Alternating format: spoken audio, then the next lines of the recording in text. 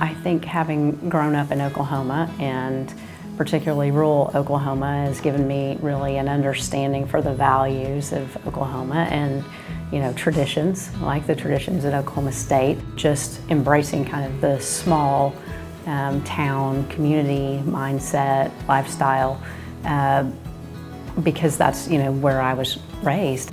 Growing up in Coweta, Oklahoma, Dr. Kayse Shrum is no stranger to hard work, especially when it came to softball. She was catching. It was 8th grade, and this girl was pitching, and after the game they came out and gave her this little statue.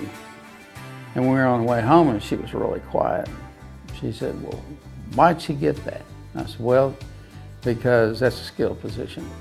And when I came home, she was throwing the ball against the wall. She pitched probably every day of the year except for Thanksgiving and Christmas. And she became an extremely good pitcher. Ever throw a no-hitter or a perfect game? Oh, yeah, I did. I did pitch a perfect game in high school. Even today, it's like we accomplish something and then you just move on and you start working on the next one. It's like, this one's over, this game, you start on that. You can't celebrate, you celebrate for a minute, but you gotta move on. Dr. Shrum's talent on the field earned her a scholarship to Connors State.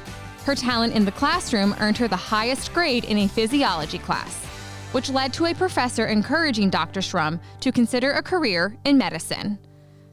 It wasn't really till that moment that I thought that was something that was a possibility for me. And I realized at that time how empowering it is for someone to tell you you can, and really open the possibilities of what anything means. You know, you can tell someone you can do anything, but until you're really empowering them in a way, they can't really see that for themselves. What have you learned from your time as a pediatrician that will help you as you transition into this role of president? As a pediatrician, many times your patients aren't going to tell you what's wrong with them. You have to observe and you have to ask questions and you have to understand.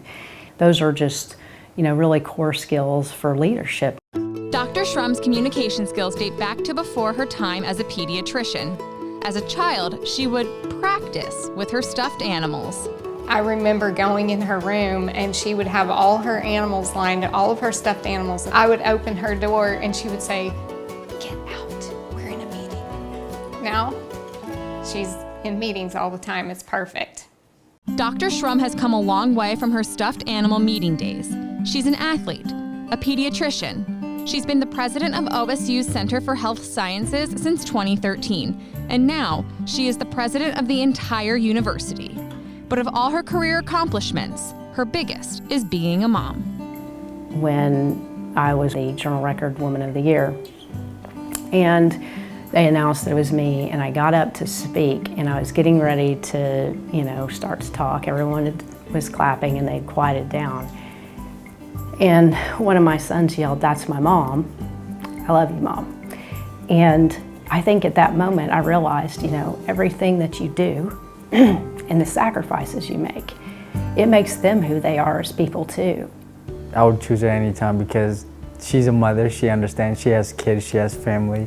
So to have a mother figure as a president, I think that's a big thing. It's like we have like 25,000 or 25,000, new siblings. Because we've all grown up loving OSU, going to football games, bleeding orange. With her broad experience, it kind of helps you understand all different types of people, because we're not all athletes, we're not all band people, we're not all history majors, we're not all the same, and what makes us great, and I think that all those experiences that Kayse has been able to encompass and will be able to help her better understand the students, and I just think those are the type of things that'll help her to be a great leader. What are you most excited about when you think of the future of the university? We do cutting edge things every day that make a difference in the lives of people, and how we translate that and how we apply that to society is what makes, Oklahoma State University great and a wonderful place for students to get an education. And so just being a part of imagining that and leading how we can have that type of presence at Oklahoma State University is really exciting to me. For State Magazine, I'm Meghan Robinson.